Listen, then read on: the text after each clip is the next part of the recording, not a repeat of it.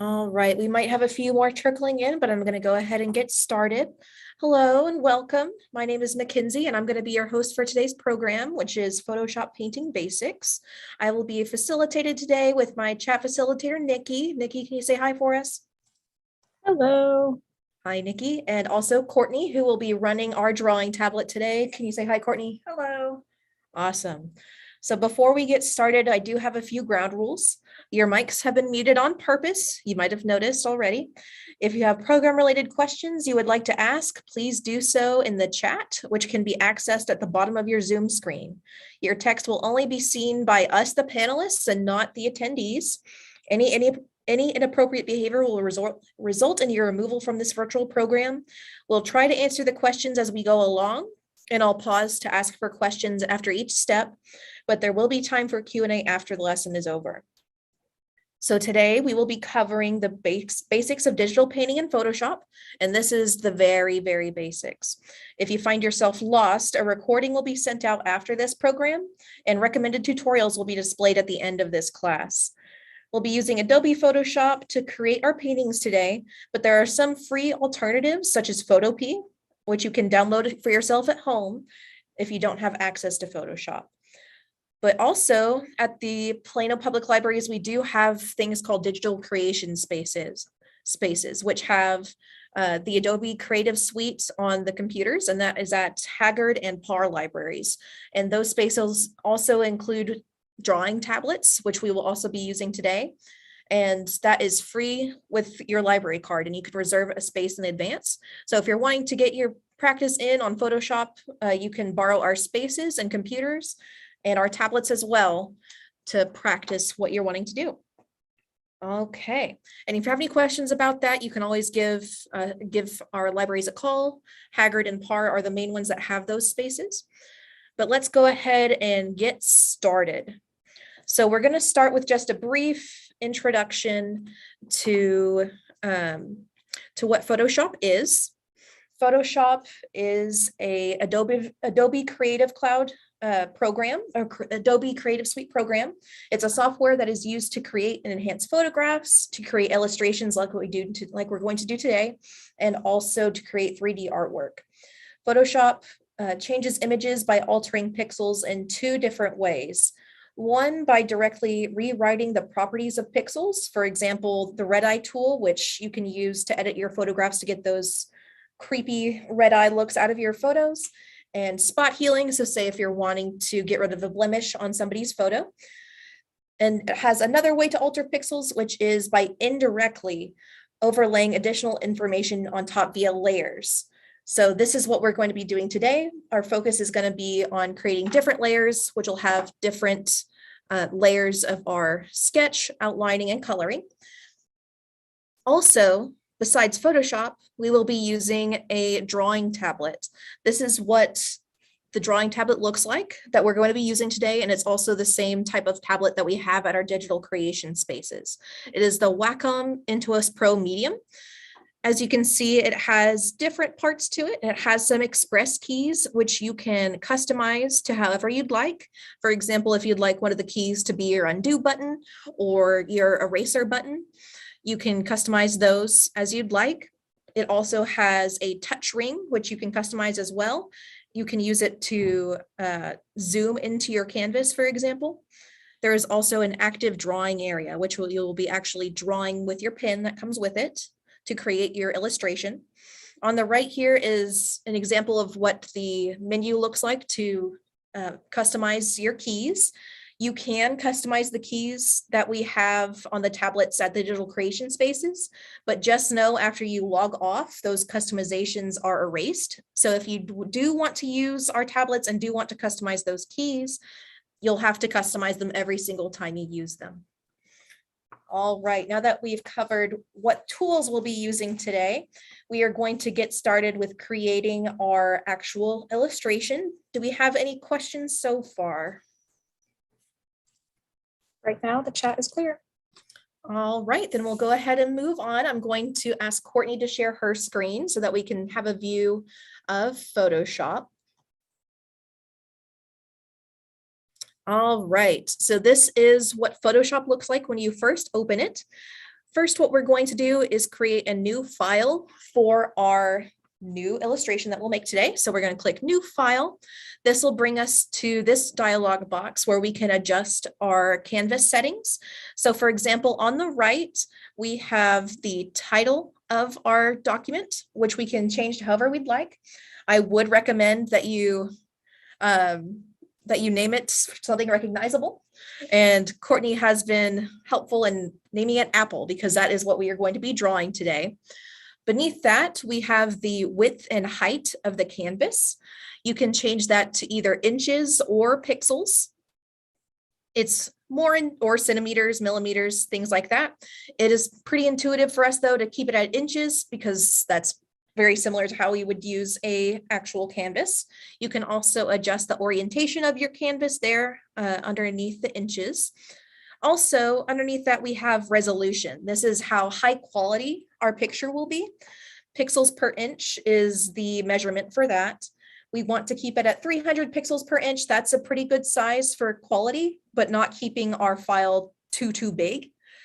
And underneath that, we have the color mode RGB color in 16-bit. The bit is what it indicates the number of shades that you have to choose from. So the higher the bit, the more choice you have between shades. Your gradient will be more nicely blended. But once you get higher in bits, it will become a larger file, which is something to keep in mind. So we have our presets how we'd like them. 18 by 12 is what we'll keep it at for now. Let's see, we have titled our creation, which is great. So now we are going to hit create. All right, so now we are at our workspace. Now, the very first thing you need to do before you get started on anything is to save your file. We want to save often, just in case. And also, if you are going to be using our computers at our digital creation spaces, as soon as you log off, everything is deleted. So as soon as you create your document, you want to hit File and Save As, so that you can save your document to your portable storage device, like a thumb drive, something like that, because we want to make sure the hard work you do gets saved and you can take it home and bring it back. All right, we can go ahead and cancel for now since we are not saving it on a thumb drive right this second. Do we have any questions so far? The chat is clear. Okay. Now I'm going to go over what our workspace is.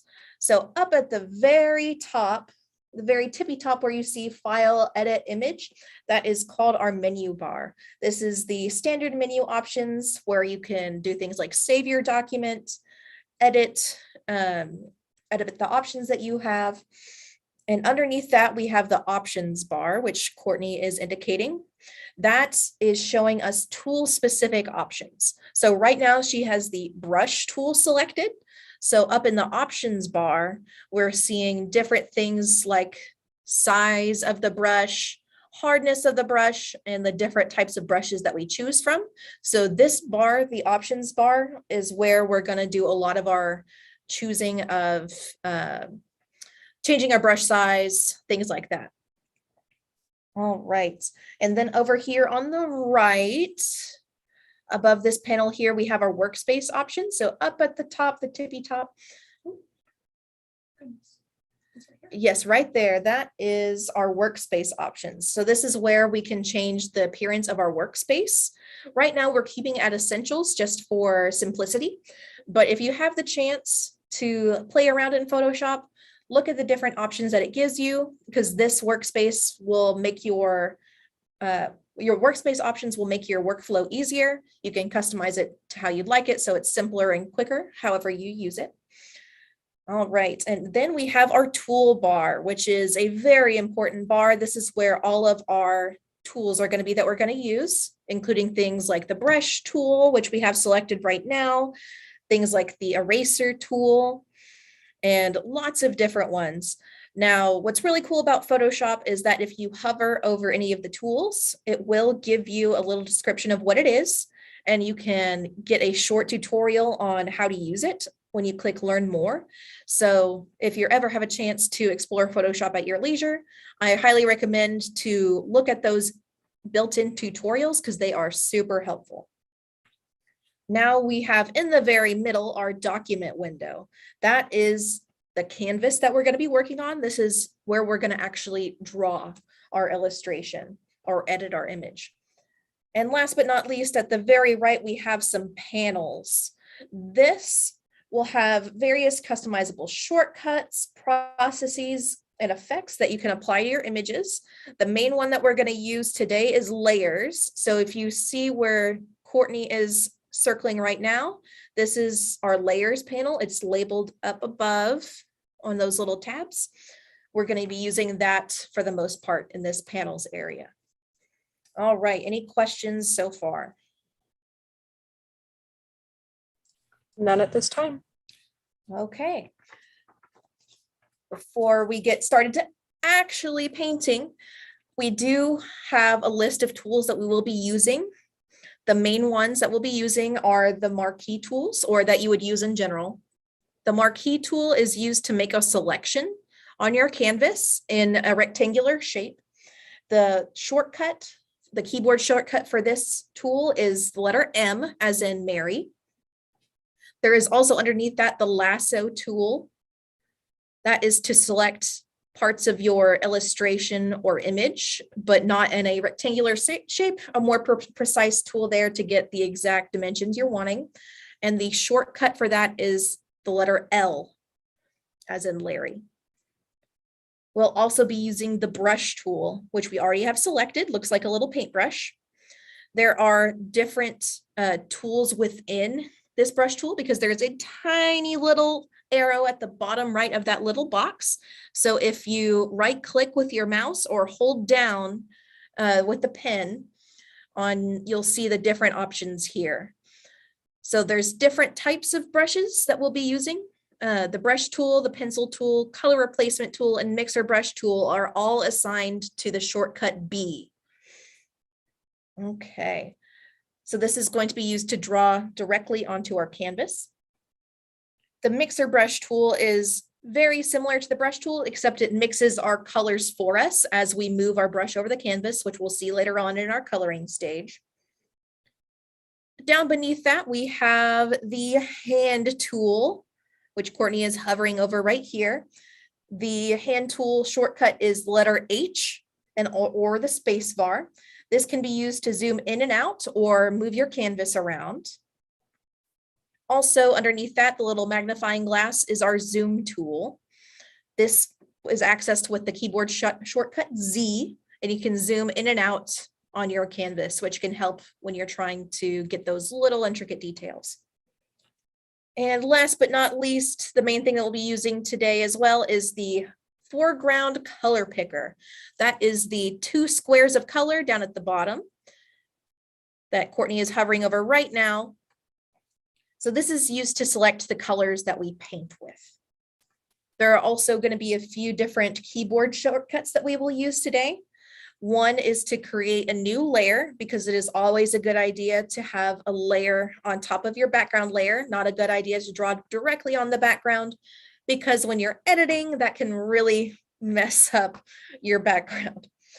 There is also the undo shortcut, which is Control Z. Also to save, because we need to save often, that is Control S.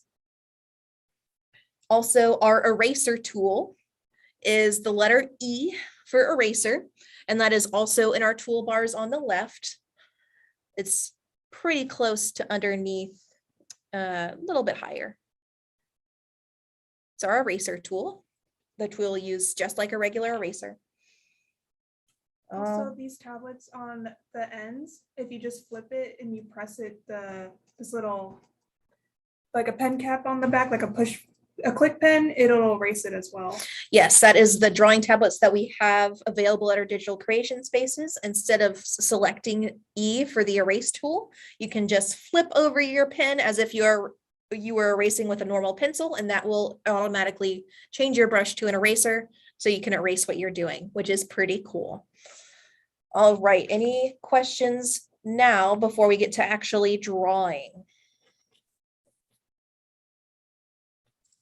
The chat is still clear. All right. So to get started with our drawing, we need to create a new layer because right now we just have the background, which we can see at our bottom right in our panel here. This is the list of layers that we have going. Right now, it's just the background. So we need to create a new layer. So to do that, we can do our shortcut, which is Control plus Shift plus N. So all those buttons together, Control Shift N, will create a new layer. Or there's the little plus square box on the bottom as well. Yes, that is also an option. There is the little button down there to create a layer, but we always need to name our layers. It's just good practice. It'll help when you're editing your illustration so that it's more clear which one you're working on. We're going to label this one sketch because this is going to be our sketch layer where we create our just very first sketchy image. So you're going to hold the pen that comes with a tablet just like a normal pen. And there are 2 buttons on this pen that you can customize as well. You're going to have those 2 buttons on the pen underneath your pointer finger. So now let's go ahead and get started with drawing. We are going to select our brush tool either by clicking or by pressing our shortcut B. And now we are going to adjust our brush size. So we're going to go a little bit smaller maybe. And for a sketchier look, we might want the soft round brush. This will just be a little bit easier to go over later. And we are also going to change our color. You can just go over to the top right. We have the color, what is that? Color ranges, color palette. We are going to select maybe a gray. Let's try a nice gray for our sketch. And we do a little strokes right there. We can see, okay, that might be a good one to start with. So we are going to draw on our tablet. The hardest part here is drawing on the tablet while we're looking at the computer screen. That's a hard thing to adjust to because a lot of times with traditional drawing, we're used to looking at our hands as we work. So it'll have a little bit of an adjustment period. But today we are going to be drawing an apple because everyone knows what an apple looks like. And it's okay for apples to be a bit ugly when we first start out. So we are just going to make a quick sketch of an apple. Doesn't have to be pretty. We're going to go over it later. And we are going to be looking at drawing at the outline of the object. There we go. We have a little apple, has a little stem and a leaf, looks good.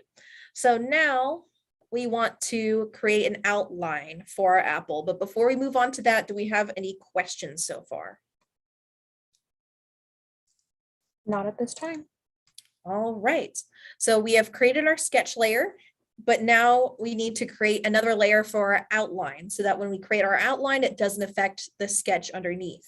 And these layers, you can think of them as if they are sheets of plastic laid on top of each other so that we can take them off as needed and add on more as we need as well.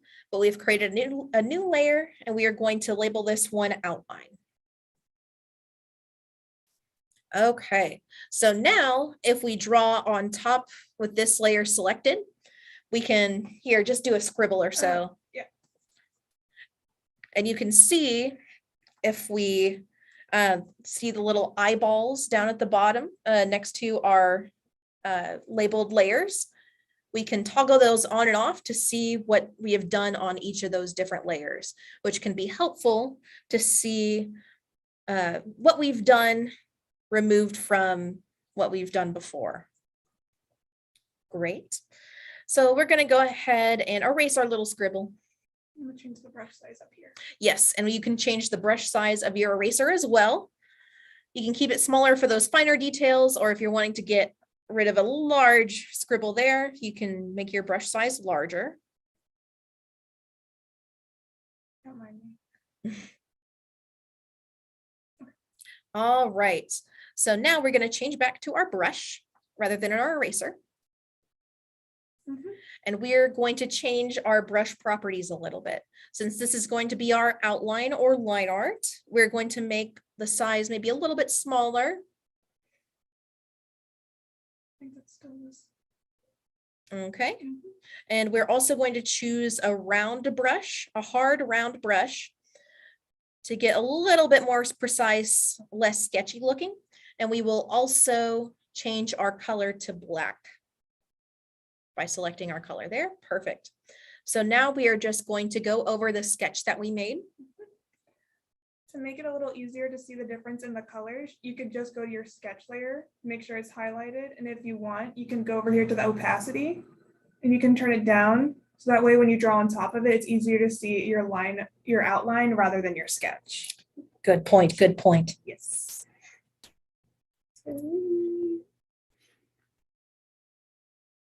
It's the most beautiful apple I've ever drawn. Yes, this is a very beautiful apple. We're You're just gonna do that by clicking Control-Z. to do undo.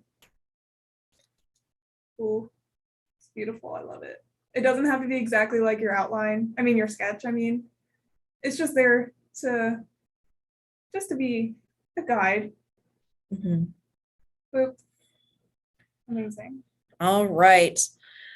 So we can also edit our outline by using the eraser to kind of carve out any rough edges that we have in our outline.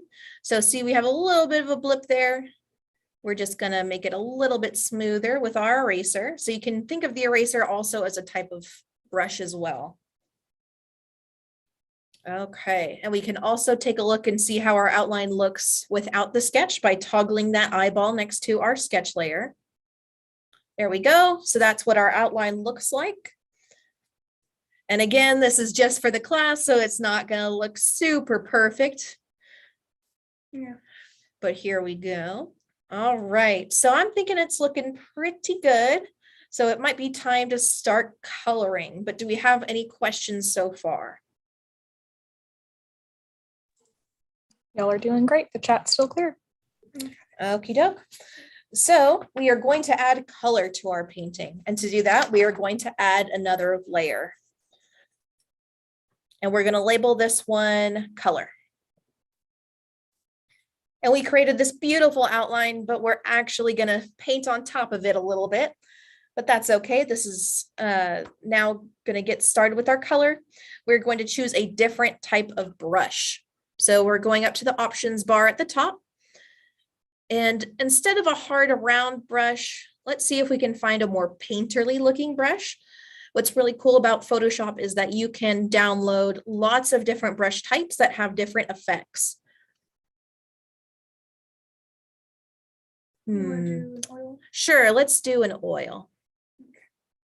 Okay, This so one we did download though for these. yes, some of those, this option that we have chosen right now was one that we downloaded for free from the Adobe Creative Suite. And if you ever have any questions about that, say maybe you're using one of our digital creation space computers, you can also ask a librarian that's there. They can help you out with that. But we're going to adjust our brush size to be maybe a little bit small. And then we are going to choose a color. Looks like we want a green apple today. I like Granny Smith apples. They're my favorite. Yes, green is a good kind of apple. Also, one thing to mention too, if you're wanting to adjust your brush size, instead of going to the options bar, you also have the option of using the bracket keys on your keyboard to use as shortcuts. So there, Courtney is using the bracket keys to make our brush size smaller and larger. Okay, so we've selected our color. Now we're going to start coloring. So we're just going to use broad strokes at first. A little bigger. Another thing I suggest doing to make it easier to make sure you're staying within your lines is I like to move the layer down, just the color layer beneath the outline. So that way you can see that your outline is still there. As if you were like coloring in a coloring book, you'll still see that black line if you were coloring outside of it. Good point, good point. Yep. That's just what I prefer to do. So like make a little mess, go to the eraser, just, there you go. Because if you move it back up, oopsie, you can see I colored over it like that. So that's why I move it below that. There you go. Yes. All right, and we can also change our color depending if we want add any highlights or shadows. So we want to think about where the light is coming from. So Courtney has decided that the light is coming from the top right here. So we're going to have a lighter color at the top right of our apple and a darker color at the bottom left. And if we change our brush tool to a mixing brush tool instead of just a regular brush, instead of coloring on top, our colors will mix together as we go. So now you can see it's blending it for us, which can be pretty useful. Oh, I messed up. I still had my highlight color selected. And if you want to make sure that you get your darker shade again, and so you don't have to fidget over here for it, you can get the eyedropper tool and you should be able to just tap it and it'll go back to that color over here. And then you'll just go back to your mixer brush and just keep going. Keep on going. But I'm gonna go back to my painter brush personally. Yes. And then again, if you ever want to go back to your other colors, say your highlight color, again, you'll just get that eyedropper tool, tap it, and then you'll just switch it around. I want my mid color. Again, just to, oh, oopsie. Again, just to add variation.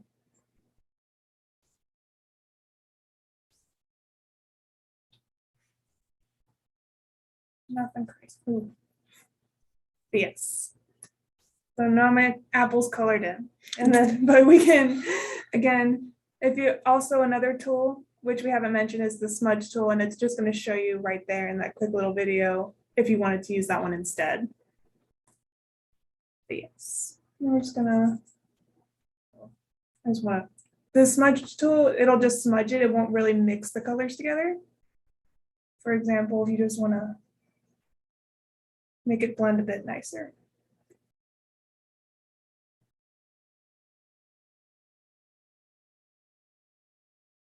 And again, I made a little mess on the outside. You can just get your eraser and clean it up.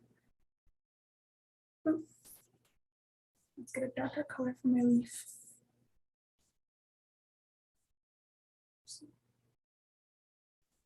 Yep.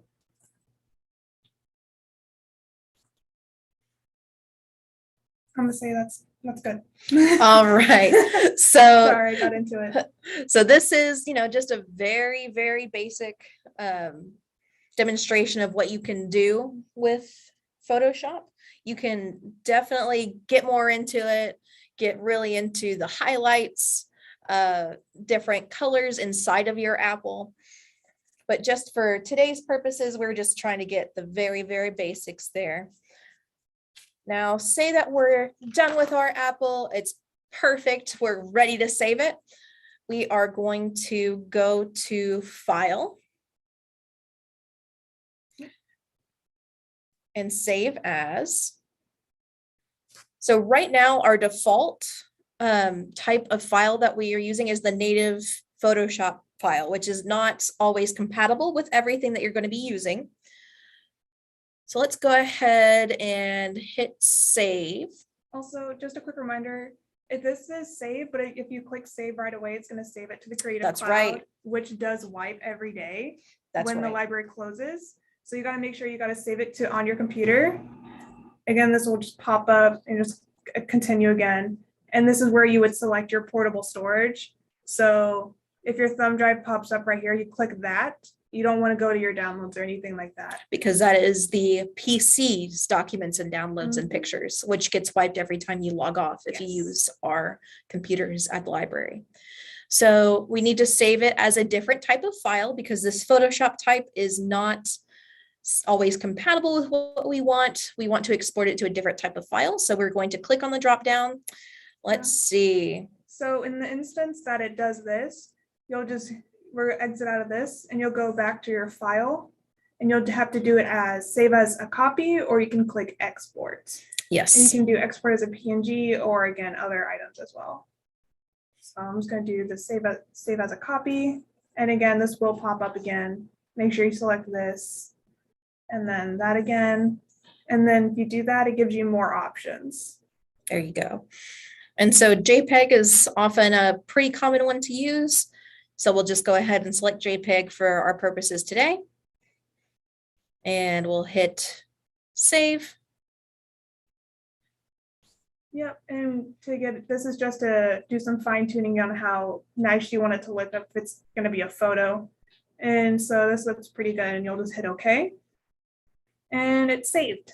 So if you go to your file right here, and we can go to, it might be under I downloads, think it was actually under this piece. Ah, there it is. documents, so it'll say Apple JPEG. This was my practice one before this class, but this will be the copy that we did today. You go ahead and click on it. Oop, no, that is the one I did. Sorry. But yeah, it'll just show it up as a photo instead of it in the software. Okay. Do we have any questions? That was kind of a lot that we just said. Chat is clear right now. You can give it a few moments, but it's clear for the time being. I Okay. can promote my knowledge on Photoshop if you want. Well, we do have, Courtney does have some knowledge on Photoshop. She's used it before with her classes that she's taken before. But you can also take classes through the library because as you can see, this was a very, very basic rundown of the very basics of painting in Photoshop. If you're wanting to get more involved, get more information from some really high quality from professionals, we have some resources that you can access for free with your library card. So I'm going to take over and share the screen real fast. Okay. So here we have some resources of some LinkedIn learning classes that you can access for free with your library card. And you can access LinkedIn Learning through the Plano Library website. But if you have any questions, maybe you want to use the digital creation space, but want some help with a librarian on how to use the different resources we have there, you can also use our resource called Book a Librarian, where you can have one-on-one sessions with them to go over whatever you need to do. That is also a form that you can fill out that is found on our Plano Library website. But I'll leave it open for any questions. This is going to be our Q&A spot here. And we are not Photoshop professionals. Courtney has had some experience before, but we'll try our best to answer any questions you have. All right, well, if we don't have any questions, I can leave it off there. I encourage you to explore Photoshop at your leisure. There is a ton of cool stuff that you can do on this program. And I would also rely on the built-in tutorials that Photoshop has. It also has a search function. I'm actually going to bring it over back to Courtney so that she can show you that. Okay, so Photoshop does have a search for function. If you're wanting help on certain things, say you want to know how to use the smudge tool or how to retouch photos. And I'll also highlight it if you can't find it. It'll highlight it on the toolbar, and it'll also give you some built-in tutorials for it.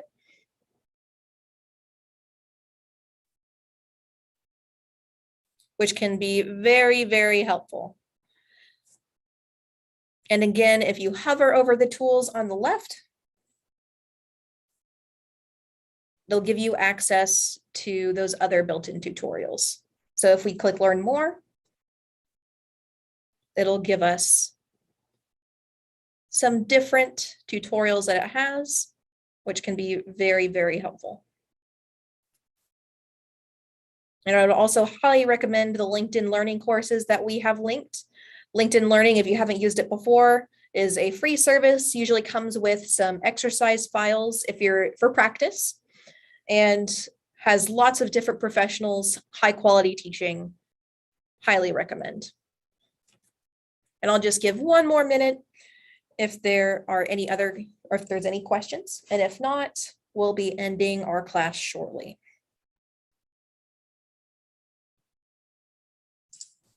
The chat has remained clear.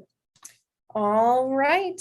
Well, I thank you guys so much for attending our class today. Our recording will be uploaded to our YouTube channel if you want to take a look at this later. But again, thank you so much for coming.